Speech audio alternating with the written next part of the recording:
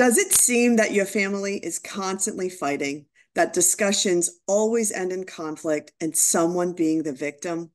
Today, we're getting advice on how to manage conflict from the perfect person, Heidi Vermeer-Quist, who has helped her family and many others develop strong family relationships so that the family and business can thrive. Heidi is a clinical psychologist, family business consultant, and owner director of Heartland Christian Counseling and VQ Consulting. She's also a third generation shareholder of Vermeer Corporation, where she has spent 2 decades developing and contributing to their family governance systems and family office. She has also worked with many other family businesses, providing assessments, feedback, and assisting them in developing family cohesion and engaged governance. Thanks for being with me, Heidi. You're welcome. Thank you for having me, Kim. This is really nice. Thank you. So, why is conflict so inevitable in family businesses? Dennis Jaffe has a quote that I absolutely adore, which is that family business is actually the most complex human organizational system in existence. So, conflict is inevitable because you've got goals in these three different spheres that are going to inevitably conflict. The goals of the family are sometimes going to conflict with the goals of the business, which are going to sometimes conflict with the goals of the owners, and it goes round and round. How can someone discern between conflict in the family and conflict in the business? Yeah, I have found it to be extremely helpful to ask yourself, does this issue that we're dealing with, is it more about the business of the business or is it about the business of the family?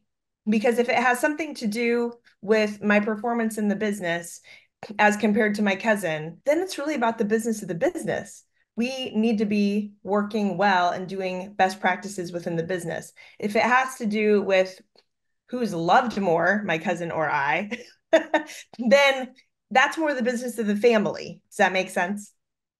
Yes, very much. And I've Okay. heard people talk about, asking that question, what hat are you wearing? The Yes, mom hat or the boss hat. it's So extremely really, helpful. Yep. What helps is to be able to have some boundaries around what are the goals and roles of my hat when I'm an owner, and I'm speaking from an ownership standpoint, hat when I'm in the business, speaking as team member, and my hat in terms of family. And granted, the other thing is we're all in development, right? So none of us does any of these hats perfectly. So we all need to often have a whole lot of grace for each other too, recognizing there's a lot of misinterpretation potentially that's happening. So when we can slow down, identify which hat we're wearing, identify the issues as well, and instead of getting all defensive about individuals being pitted against each other or something like that. That's just what I see all the time. I experienced it growing up in my own family business, and it can get destructive pretty quickly.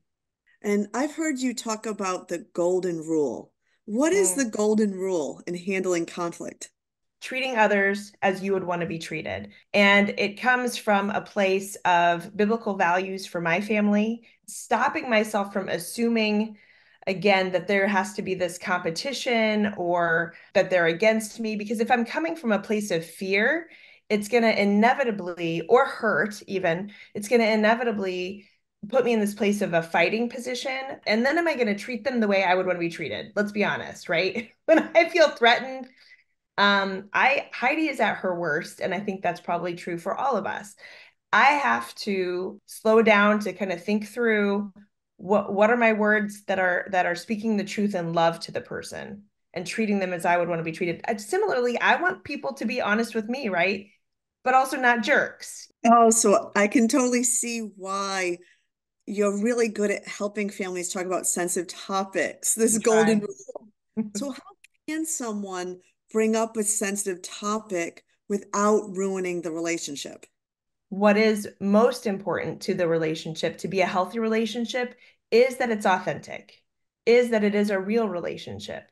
So extremely important that you are taking some time to write down what's the truth that I need to tell this person.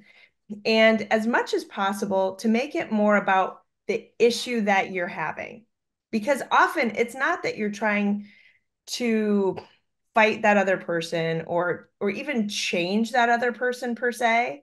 So often if somebody says, well, Heidi, you need to change this, that's going to come across to me as though, well, who are you to tell me to change?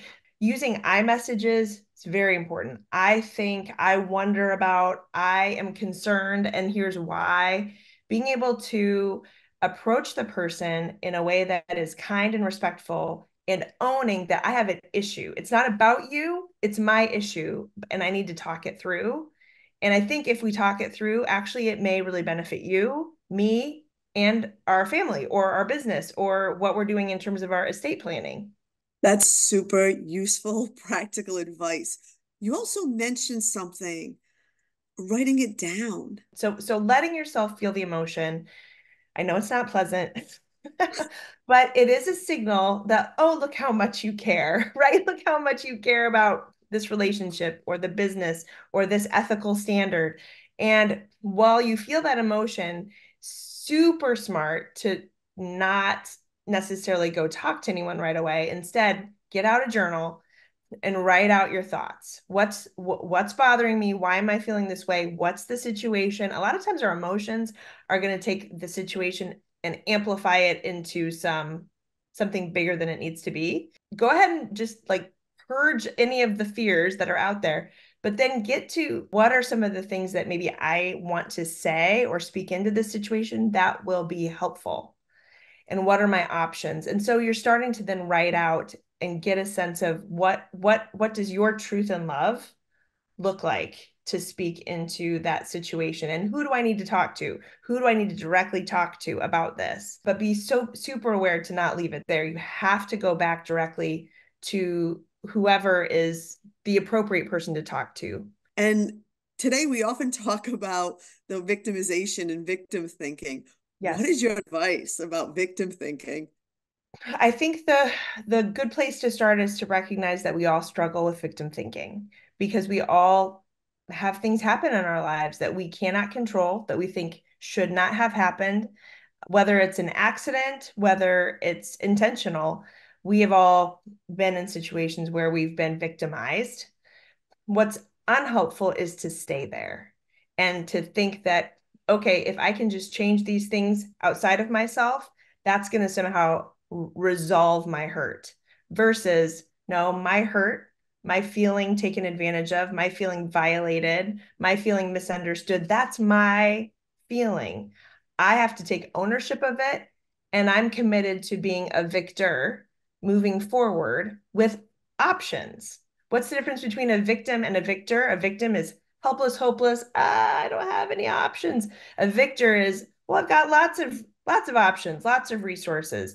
The thing that's brilliant about stopping and writing out my thoughts and feelings is I actually slow down my brain, get it a little bit more calm. And guess what? Then I can access my reasonable mind, which is a lot smarter than my emotional mind.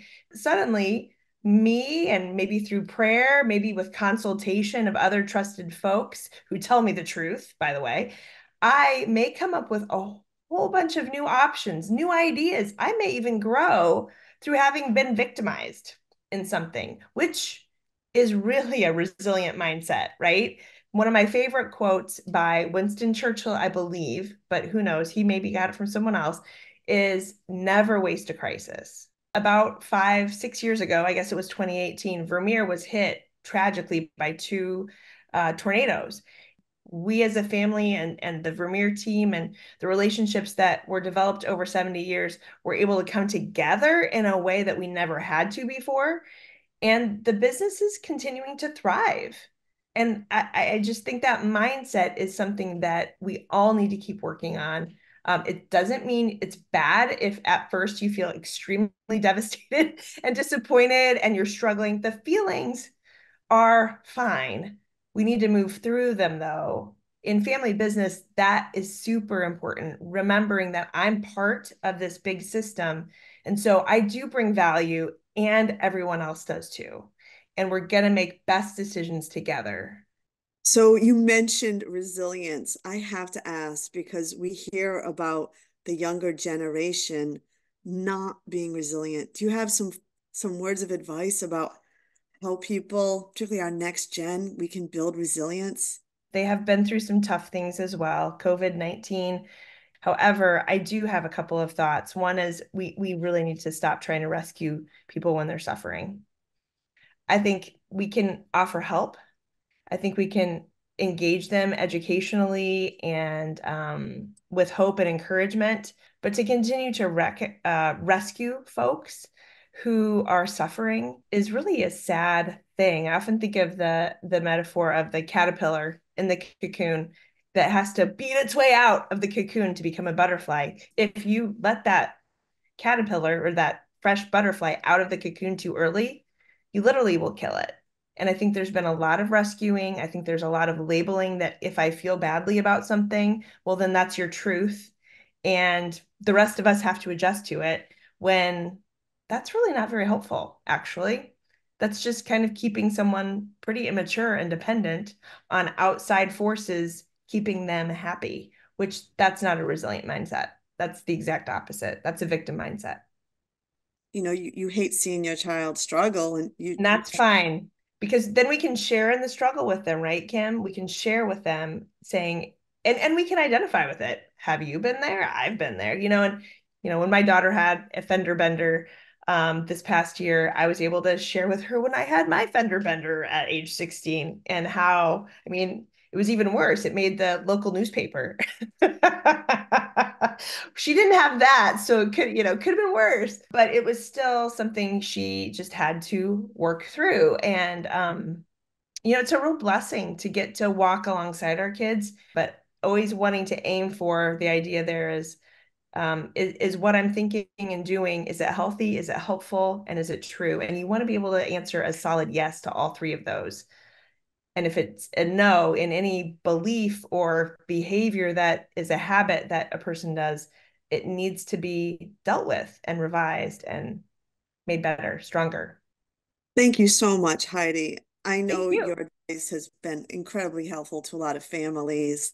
So again, I'm Kim Edelston, editor of FamilyBusiness.org with Heidi Vermeer-Quist. This was a true pleasure. Thank you so much, Heidi. My pleasure as well, Kim. Thank you. Great job.